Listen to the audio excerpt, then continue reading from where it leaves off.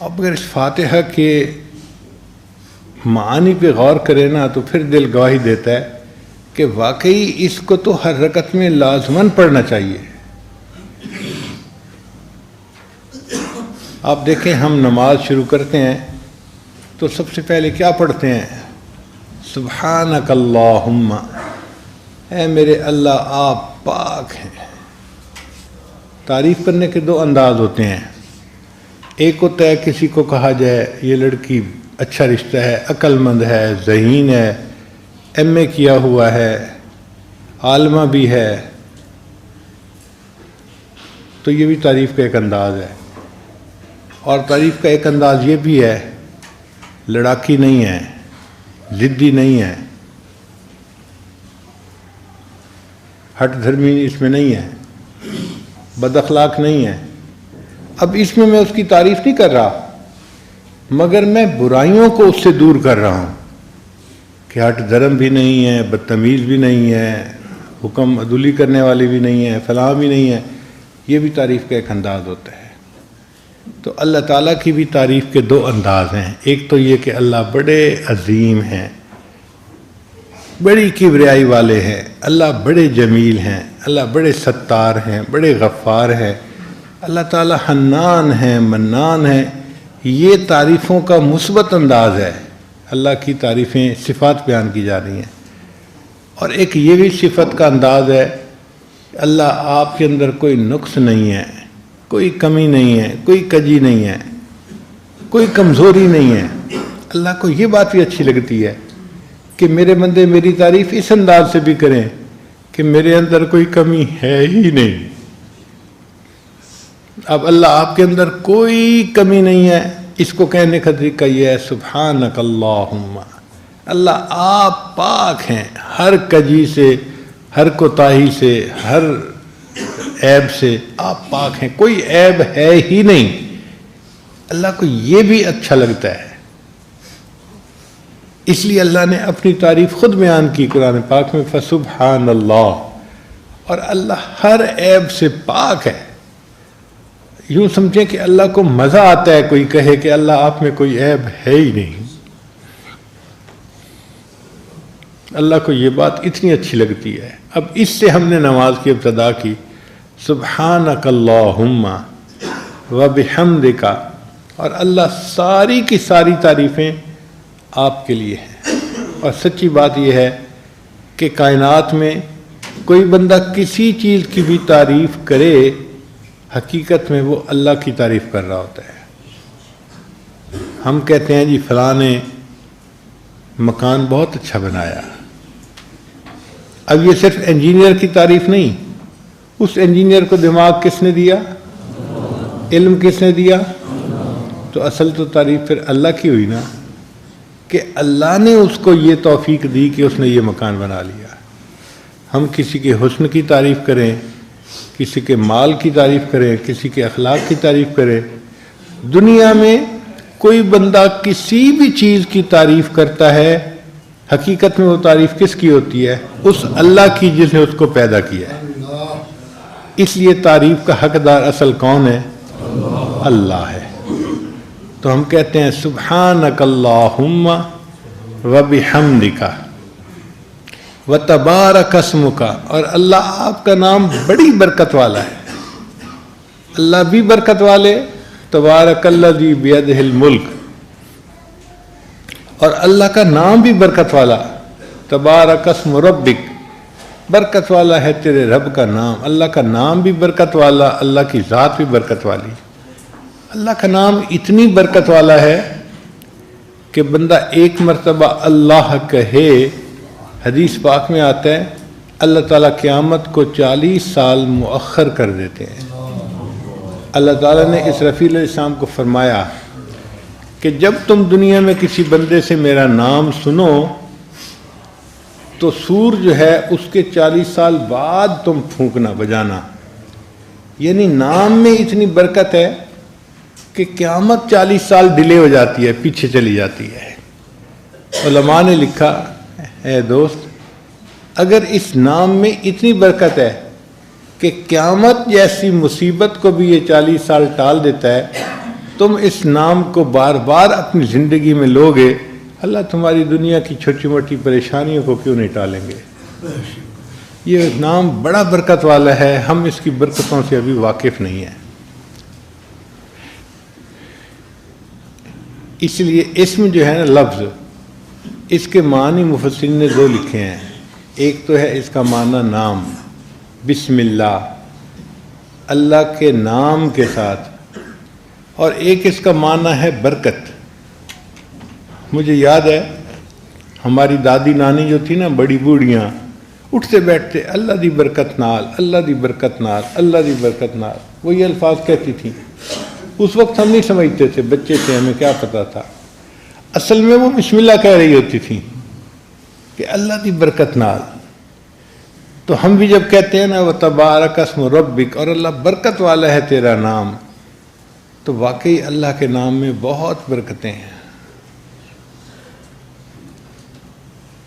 وَتَعَالَى جَدُّكَ، اور اللہ آپ کی بزرگی بہت بڑی اور بلند ہے۔ وَلَا إِلَٰهَ غَيْرُكَ، اور اللہ آپ کے سوا تو کوئی محبوب ہے ہی نہیں۔ اگر محبت کے قابل ہیں تو فقط آپ ہیں، آپ کے سوا تو یہ محبت کسی کو سجتی نہیں ہے۔ آپ بغیر کسی شرکت کے محبوب حقیقی ہیں۔ اب آپ بتائیے، چھوٹا سا فکرہ ہے، لیکن نماز کی ابتدا ہم نے کتنی محبت کے ساتھ کی۔ اگر اس کے معنی کا پتہ ہو اور بندے کو استحضار ہو معنی، ان الفاظ کو پڑھتے ہوئے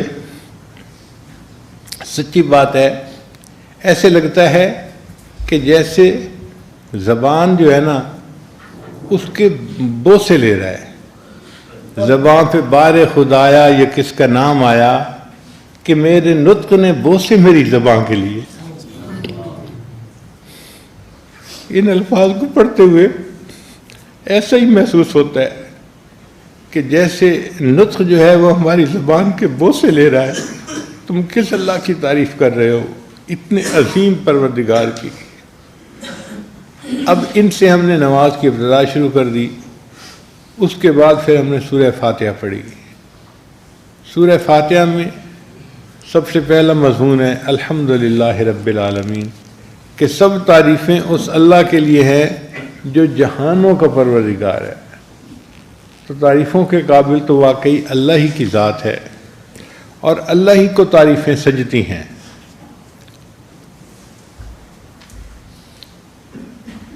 پھر فرمایا کہ اللہ آپ کی جو ربوبیت ہے وہ کیسی ہے؟ الرحمن الرحیم، اللہ آپ رحمان بھی ہیں اور رحیم بھی ہیں۔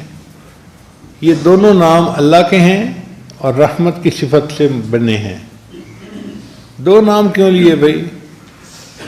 اس لیے کہ دو صفات الگ الگ ہیں۔ ایک ہوتا ہے کسی کا امیر ہونا، یہ الگ صفت ہے۔ ایک ہوتا ہے اس کا دریا دل ہونا، خرچ کرنے کا شوق ہونا، صفت ہونا، یہ الگ صفت ہے۔ بعض لوگ امیر بڑے ہوتے ہیں مگر کنجوس مکھی چوس ہوتے ہیں، اور بعض لوگ ہوتے پلے کچھ نہیں دریا دل ہوتے ہیں۔ ان کی دریا دلی کا کیا فائدہ بھائی؟ جب پلے ہی کچھ نہیں تو دریا دلی کیا دکھائے گی؟ مزہ تو یہ ہے کہ جیب بھی بھری ہوئی ہو اور دریا دلی کی صفت بھی ہو، دونوں صفتیں اکٹھی ہوں۔ تو الرحمن الرحیم یہ دو لوگ بتا رہے ہیں اے اللہ آپ کی رحمت کے خزانے بھی بے انتہا ہے، اور آپ کی رحمت تقسیم بھی بے انتہا ہو رہی ہے، کوئی حد ہی نہیں اس کی۔ پھر آگے کہا مالک یوم الدین، اللہ آپ قیامت کے دن کے مالک ہیں۔ ایک اللہ تعالیٰ قیامت کے دن کے منصف ہیں،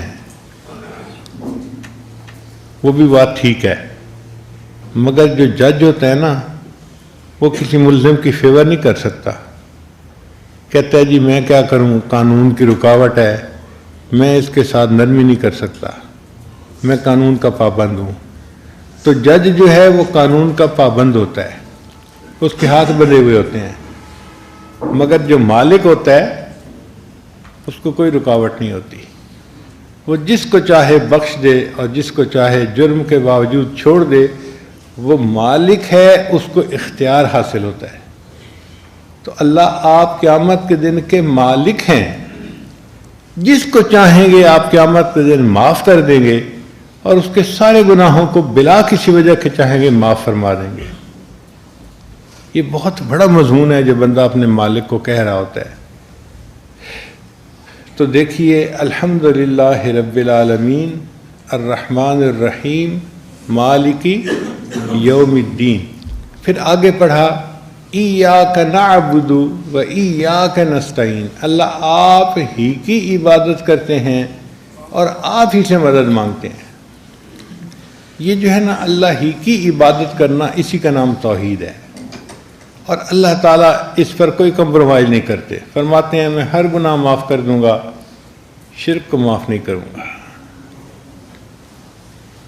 اس لیے کہا کہ آپ ہی کی عبادت کرتے ہیں اور آپ ہی سے مدد مانگتے ہیں۔ توحید کی اہمیت کو سمجھنا ہو تو مردوں کو بات جلدی سمجھ میں آئے گی۔ اگر کوئی بیوی کسی خاوند کو آ کر کہے کہ میں آپ کی بھی بیوی ہوں، تو مطمئن ہو جائے گا مرد، خوش ہو جائے گا؟ کبھی بھی نہیں خوش ہوگا، کہے گا نہیں تم یہ کہو میں آپ ہی کی بیوی ہوں۔ یہ نقطہ مجھے نہیں چاہیے، جیسے مرد کو نقطہ نہیں چاہیے، اللہ بھی فرماتے ہیں میرے بندوں مجھے نقطہ نہیں چاہیے، تم یہ مت کہو کہ آپ کی بھی عبادت کرتا ہوں، نہیں تم یہ کہو آپ ہی کی عبادت کرتا ہوں اور آپ ہی سے مدد مانگتا ہوں۔ ایاک نعبد و ایاک نستعین، جب عبادت آپ کی کرتے ہیں تو مدد بھی آپ سے مانگتے ہیں۔ اب یہ فاتحہ کے الفاظ اللہ تعالیٰ سے ہم کلامی ہے۔ حدیث پاک میں آتا ہے بندہ جب الحمدللہ رب العالمین پڑھتا ہے، اللہ فرماتے ہیں حمدنی عبدی، میرے بندے نے میری حمد بیان کی۔ پھر بندہ الرحمن الرحیم پڑھتا ہے، اللہ فرماتے ہیں میرے بندے نے میری ثنا بیان کی۔ ایک فقرہ بندہ پڑھ رہا ہوتا ہے، اس کا جواب اللہ دے رہے ہوتے ہیں۔ جیسے ٹیلی فون پہ گفتگو ہو رہی ہوتی ہے نا محب اور محبوب کی، کہ السلام علیکم، تو جواب آتا ہے وعلیکم السلام، کیا حال ہے؟ ٹھیک ہے، آپس میں گفتگو ہوتی ہے۔ نماز بالکل اسی طرح ہے، مومن سورہ فاتحہ پڑھ رہا ہوتا ہے اور اللہ تعالیٰ اس کا جواب دے رہے ہوتے ہیں، اور یہ جواب چلتا رہتا ہے حتیٰ کہ بندہ اللہ سے اس کی مدد مانگتا ہے۔ اے اللہ آپ ہی کی عبادت کرتا ہوں، آپ ہی سے مدد مانگتا ہوں۔ تو اللہ تعالیٰ فرماتے ہیں میرے بندے تو نے مجھ سے مدد مانگی، میں اب تیرے ہر کام میں تیری مدد کروں گا۔ اب سب سے بڑی مدد کون سی ہے؟ اہدنا الصراط المستقیم، اللہ ہمیں سیدھے راستے کی رہنمائی فرما دیجیے۔ تو اللہ نے آگے بتا دیا کہ سیدھا راستہ کون سا ہے۔ صراط الذین انعمت علیہم، ان لوگوں کا راستہ جن پر اللہ آپ نے انعام فرمایا، اور ان لوگوں کے راستے پہ نہ چلانا جو گمراہ ہوئے، جن پر تیرا غضب ہوا۔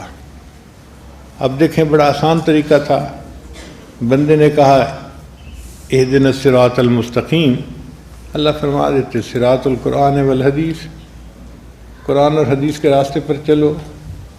اللہ نے فرمایا نہیں، صراط الذین انعمت علیہم، ان لوگوں کے راستے پر چلو جن پر اللہ کا انعام ہوا، یعنی اللہ ہمیں تقلید کا حکم دے رہے ہیں۔ اللہ فرماتے ہیں کہ میرے بندو تم اگر قرآن اور حدیث کو پڑھ کے سمجھنے لگتے تو تم پلو ہو، بہت معنی غلط لے لیتے اور گمراہ ہو جاتے۔ آسان طریقہ یہ ہے کہ جو میرے بندے جن پر میرا انعام ہوا، جن سے میں خوش ہو گیا، جنہوں نے ایسی زندگی گزاری کہ مجھے راضی کر دیا، تم ان کے نقش قدم پہ پیچھے پیچھے چلتے جاؤ، تم بھی اسی راستے پر پہنچو گے جہاں وہ پہنچے تھے۔ صراط الذین انعمت علیہم غیر المغضوب علیہم ولا الضالین۔ اب 4 گروہ ہیں جن سے اللہ راضی ہوا، نبیین والصدیقین والشہداء والصالحین۔ ان کے زندگیوں سے اللہ راضی ہوا اور ان کی اقتداء ہمیں کرنی چاہیے، انبیاء، صدیقین، شہداء اور صالحین، اور 4 کے راستے پہ ہمیں نہیں چلنا چاہیے، یہود، ہنود اور مشرکین اور ملحدین۔ یہ سزا یافتہ لوگ ہیں۔ یہود کے اوپر اللہ نے عذاب بھیجا تھا، شکلوں کو مسخ کر دیا تھا، اور باقی لوگ جو ہیں بھٹکے ہوئے لوگ ہیں، عیسائی بھی بھٹکے ہوئے ہیں، ان کے راستے پہ نہیں چلنا۔ تو 4 کے راستے پہ نہیں چلنا اور 4 کے راستے پر چلنا ہے، یہ سورہ فاتحہ۔